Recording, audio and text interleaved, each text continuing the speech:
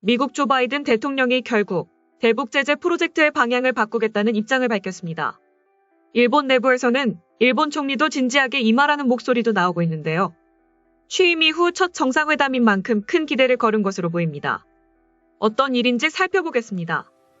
오는 20일로 취임 1주년을 맞는 조 바이든 미국 대통령의 대북 정책 성적표에 빨간불이 켜졌습니다.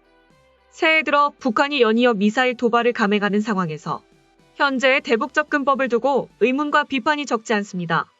북한의 위협은 갈수록 커지는데 바이든 행정부에서 대북 정책은 후순으로 밀린 데다 제대로 된 해법조차 내놓지 못하고 있다는 판단에서입니다. 이에 따라 미국 내에선 대북 전문가들을 중심으로 바이든 행정부의 대북 정책을 수정할 필요가 있다는 지적이 제기되고 있습니다. 미국 내 대표적인 북한 전문가인 윌리엄 브라운 메릴랜드 글로벌 칼리지 교수는 15일 북한과의 대화가 열려있다는 현 바이든 행정부 대북 정책 기조에 관해 말하기 쉽고 부드럽지만 뒷받침할 만한 행동도 없다라는 평가를 내놨습니다. 실제 취임 초기인 지난해 4월 대북 정책 재검토를 마무리한 바이든 행정부는 이른바 잘 조정되고 실용적인 접근법을 표방하며 북한과의 조건 없는 대화 메시지를 반복 전송했지만 구체적인 조치는 감지되지 않았습니다. 아울러 우리 정부가 제안한 종전 선언을 두고도 눈에 띄는 행보를 보이지 않았습니다. 이에 미국 측 태도가 소극적이라거나 그 의지를 의심하는 목소리가 이어졌습니다. 이런 상황에서 북한은 미국의 대화 요청을 묵살해왔습니다. 일각에서는 바이든 행정부가 현재 최고 현안인 중국 대응에 집중하면서 사실상 북한 문제는 대외 정책의 후순위로 밀렸다는 평가도 나왔습니다. 반복되는 대화 메시지가 사실상 상황 관리 차원이라는 것입니다. 이렇다 할 돌파구를 찾지 못한 북미는 대화 교착 상태로 새해를 맞았습니다. 그리고 바이든 행정부 출범 1년이 가까워지는 시점에 북한은 각각 엿새 사흘 간격으로 잇따라 미사일을 쏘며 한반도에서 긴장을 고조시키고 있습니다. 새해 연이은 북한의 도발이 즉각적인 위협은 아니라는 게 바이든 행정부의 공개적인 입장입니다. 그러나 북한의 무기 프로그램이 날로 진보하는 상황에서 위협을 대수롭지 않게 봐선 안 된다는 지적이 적지 않습니다.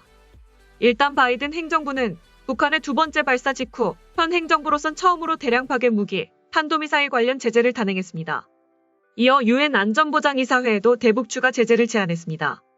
북한은 미국의 제재를 대화 재개 전 해결해야 할 적대 정책으로 규정해왔습니다. 그럼에도 바이든 행정부가 탄도미사일을 직접 언급하며 제재에 나섰다는 점에서 행정부 내 기류 변화를 추측해볼 수 있습니다. 다만 미국 국무부에선 공개적으로는 정책 변화의 선을 긋고 있습니다. 네드 프라이스 국무부 대변인은 공개 브리핑에서 이번 제재가 북한의 탄도미사일 프로그램을 제약하려는 진실한 노력 외에 다른 것을 내비친다는 아이디어에 반대한다라고 발언했습니다. 아울러 한국 대통령 선거를 앞둔 상황에서 바이든 행정부가 대북 정책에 큰 변화를 줄 만큼 운신폭이 넓지 않다는 분석도 나옵니다. 변화를 거론할 만큼 바이든 행정부의 대북 정책이 명확하지는 않았다는 지적도 있습니다. 북한은 일단 미국이 WMD 탄도미사일 관련 제재를 단행하자 즉각 정세를 의도적으로 격화시키고 있다라고 반발. 동해상으로 단거리 탄도미사일 추정 발사체를 추가로 쏘며 무력 시위를 이어갔습니다. 특히 북한이 외무성 담화에서 미국의 대결적 자세에 더 강력하고도 분명한 대응을 천명하면서 당분간 북미 관계가 교착을 벗어나기는커녕 강대강 양상으로 치달으리라는 전망이 속속 나오고 있습니다. 이에 오는 3월 대선 이후 한국의 대북 정책에도 관심이 쏠리고 있습니다. 차기 정부의 대북 기조에 따라 북한 문제를 두고 한국, 일본과 긴밀한 협의를 강조해온 바이든 행정부도 새로운 접근법을 고민할 수 있다는 것입니다. 조 바이든 대통령은 21일 기시다 총리와 화상회담을 진행할 예정입니다. 기시다 총리 취임 후 첫 정상회담으로 이번 회담에서는 대중국 견제와 대북 공조 등의 문제가 주된 의제가 될 것으로 보입니다. 이번 회담에서 조 바이든 대통령은 지지율 회복을 위해 소극적인 자세에서 벗어나 실질적 대책을 촉구해올 가능성이 있습니다. 일본 네티즌들은 미일 동맹 재정비와 동시에 기시다 총리의 계속되는 이미지 실추를 벗어날 첫걸음으로 작용할지에 대해 주목하는 추세입니다. 전문가들 또한 양측 대책의 효력이 미미했던 것은 사실이다. 이번 회담이 미국의 한일 관계 중재 방식의 전환으로 이어질지 집중해야 할 것이라고 밝혔습니다. 다음은 해당 소식을 접한 일본 네티즌들의 반응입니다. 그냥 미사일 발사 징후가 있었다고 하여 그 표적이 어딘지 사전에 물어보고 하는 것은 무리라고 생각합니다. 국제연합 적국 조항 및 헌법에서 침략전쟁 및 선제 공격을 금지하고 있는 우리나라가 그것들만으로 행동을 취하는 것은 상당히 어려울 것으로 생각됩니다. 이번에는 부디 시간 낭비가 되지 않게 일본 영토 어딘가를 공격당한 순간으로부터 몇 분 후에 반격을 행사할 수 있을지 거기에도 언급을 해주셨으면 좋겠다.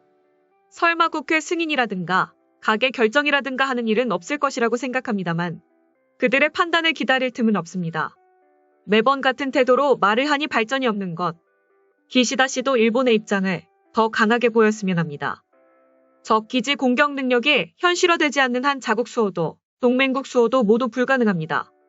우선 시급히 자위대의 명칭을 국방적인 명칭으로 바꿀 필요가 있다고 생각합니다.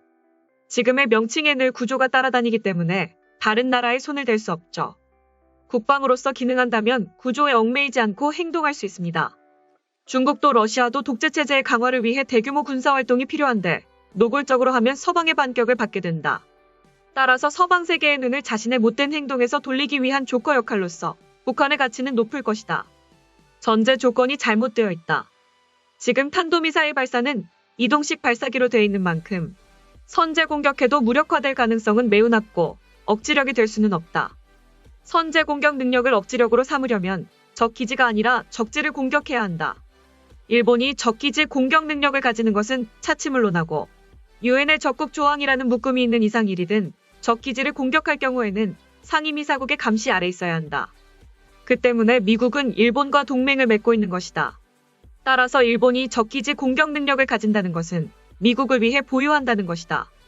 제대로 체제를 갖추려면 무기뿐 아니라 구조와 기타 많은 법 개정이 필수다.